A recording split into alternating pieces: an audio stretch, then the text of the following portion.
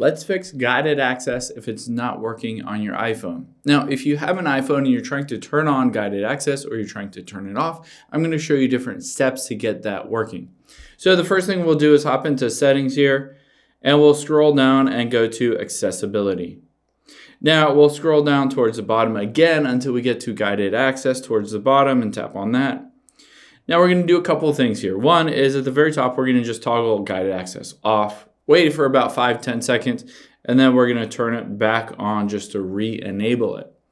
Now, the next thing we're going to do is we're going to go to passcode settings here and tap on that, and make sure you either set a password or have that Face ID enabled so that you can unlock with the guided access, either to turn it on or off, depending on what you want.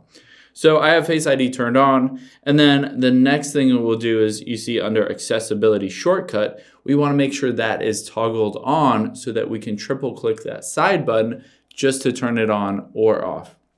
So I have that on. If you have it off, just toggle that on. And then the next thing that we'll do is right under there is accessibility shortcut.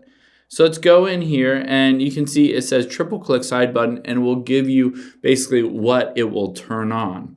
So if it's not necessarily working, make sure nothing else is checked. So you can go through this entire list. You can see only guided access is checked.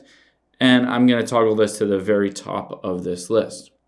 Now, if I hop out of here and I triple click that side button, you can see it doesn't turn on still. And this is because guided access is meant to guide your access on one specific app. So you can't have the home screen and turn it on.